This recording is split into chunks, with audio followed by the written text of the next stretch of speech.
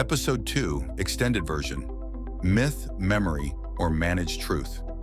In Episode 1, we uncovered the core of a forgotten origin story: sky beings, genetic engineering, ancient civilizations, and sacred knowledge passed down by the Anunnaki. Now we ask the question mainstream historians avoid: is this mythology, real history, or something deliberately hidden? What is myth, really? Let's break the word down. Mythology is often equated with fantasy, but in ancient cultures, myth wasn't entertainment. It was transmission, a way to encode knowledge, ethics, cosmology, and possibly real historical memory. Today, mainstream academia says these stories are symbolic, allegorical.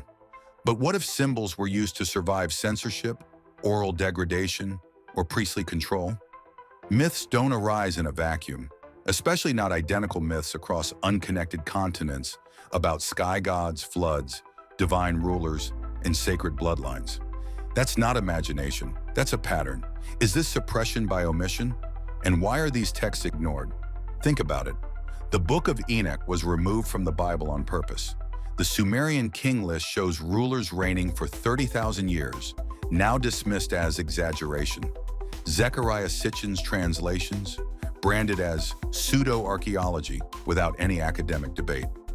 Meanwhile, cylinder seals, star charts, and flood epics that predate the Bible are kept in museum basements or reclassified as mythological curiosities, not available to the public and journalists.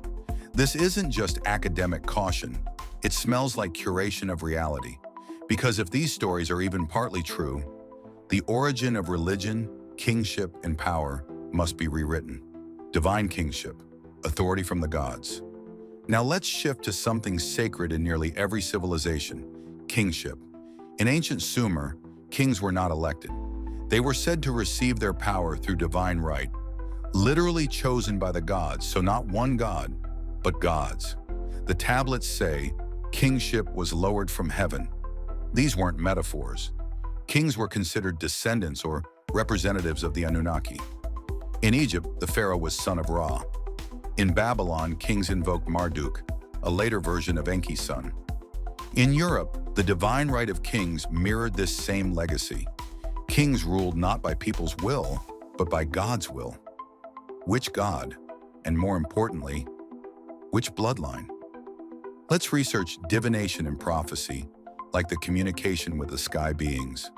If the gods were real, then divination wasn't superstition, it was communication. In Sumer, Akkad, and Babylon, high priests would read livers, stars, bones, smoke, and dreams, all to decode the will of the gods.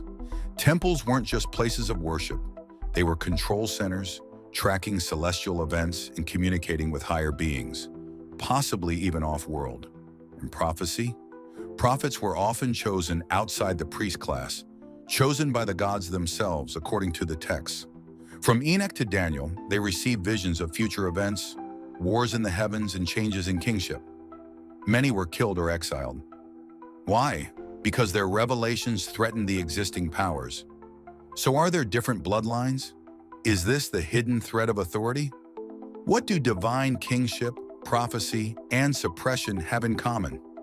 They all point to one thing: control of knowledge and genetics.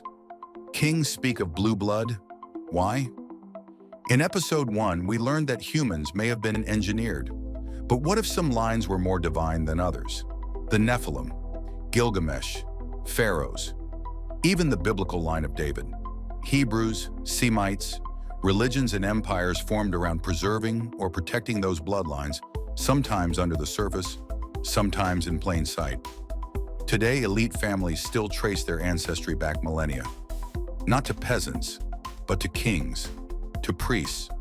And those kings claim to be descent from the gods. It's not just heritage, it's entitlement. Why this history is dangerous?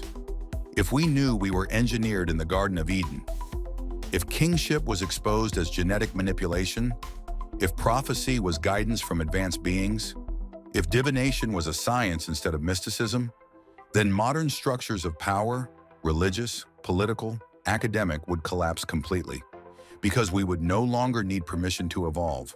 No middleman, no divine gatekeeper, just the awakening of our own individual potential. That's why this story had to become a myth on a global level. So what is truth if it's controlled? So is it real? Is it myth? Or is it managed memory, edited by scribes, priests, and politicians in governments to keep us looking down instead of up? In the words of George Orwell, he who controls the past controls the future. Who controls the present controls the past. Maybe the truth isn't missing. Maybe it's just hidden in plain sight, rewritten, repackaged, hidden, or ritually dismissed as fiction on purpose.